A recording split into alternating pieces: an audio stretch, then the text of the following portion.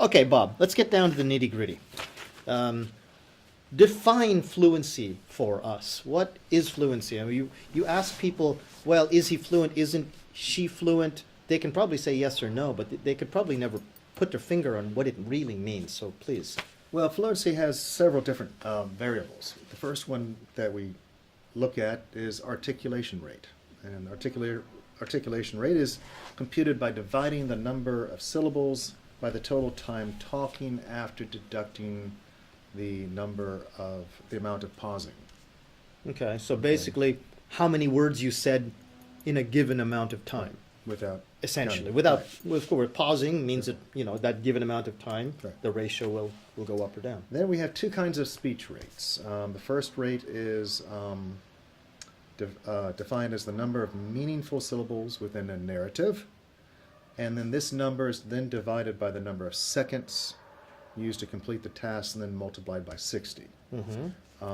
This is called fluency rate A. And then the second one is looking at in which all meaningless syllables, words and phrases that are repeated or reformulated or replaced are excluded. So then by dividing rate A from B, you can have a fluency differential. And then if that's a very high number, that person's very disfluent. If it's a very low number, it's very fluent. That's what you're talking about, speaking rate A. B or A or both? A and B. Either one, okay. Yeah. So Okay. you subtract B from A, and then you have the differential. Then we have the third variable, which is mean length runs, which is basically how long you can talk, the number of syllables that are uttered before you pause. And so with the previous study I did on TOEIC score people, so with 600 TOEIC, these people would talk 6 or 8 syllables and then they would pause. 6 or 8 syllables? Yeah. That sounds like 2 or 3 words. Yeah. First, we have a female from my earlier 2012 study being interviewed, and she has a series of problematic short pauses. At this university, but I couldn't join it because I have to. Here we have another example of acoustic disfluency with a longer pause. I want to join it now, and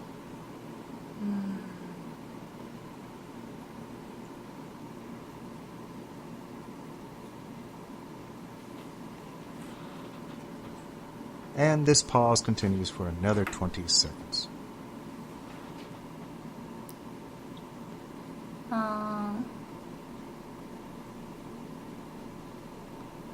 Last year, Well, like I said, it's 50% silence with these people. Wow, So, okay. very frustrating. Whereas with the native speakers, you can get into 123 words before there's one pause. So that's pretty much sums up fluency. Pausing, we look at any pause that's lasting longer than 2 seconds. That's a pause. That's a pause. Because you later on talk about micropauses. Micropauses or anything less than 2 seconds. Okay. And that's also a form of disfluency, which takes us to the next topic of Which is disfluency. disfluency. This is what's going to be interesting to me because I'd never heard of this concept before. So please. So this is, again, we look at 3 kinds of disfluency. The first is acoustic sound disfluency. Well, the first variable here is cross-talk pausing. So the pausing between 2 people, and they both sort of shut down, and there's a silence. And surprisingly, I found with girls, sometimes this cross-talk pausing can get very, very high. So every day I often play soccer, and I join soccer circle on Thursday and Wednesday. And I love running.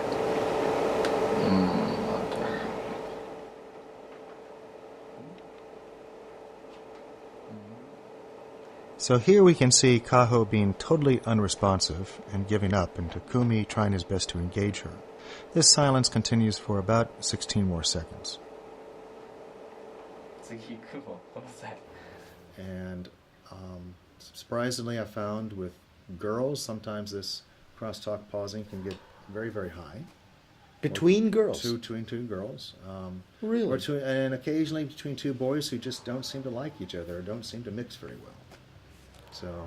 Then that seems to me that it's less a matter of language skill as it is a matter of social skill. Well, fluency, I guess, at the end of the day, hinges on communicative competency. So being able to keep a conversation going, right?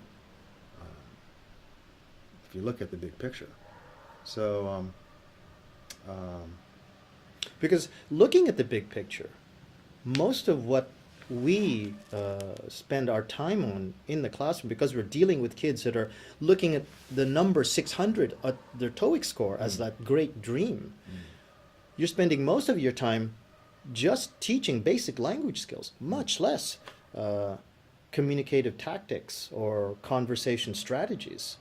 But if that crosstalk pausing is as important as it seems to be, then that's something that's hardly addressed at all, it seems. Oh, strategic competency is almost never addressed. I mean, learning how to initiate a conversation, how to stand up and defend your opinion in a group setting, how to persuade someone, how to close a conversation effectively. So, this is part of the meta picture of fluency, but I think it's important skills and something that we should look at.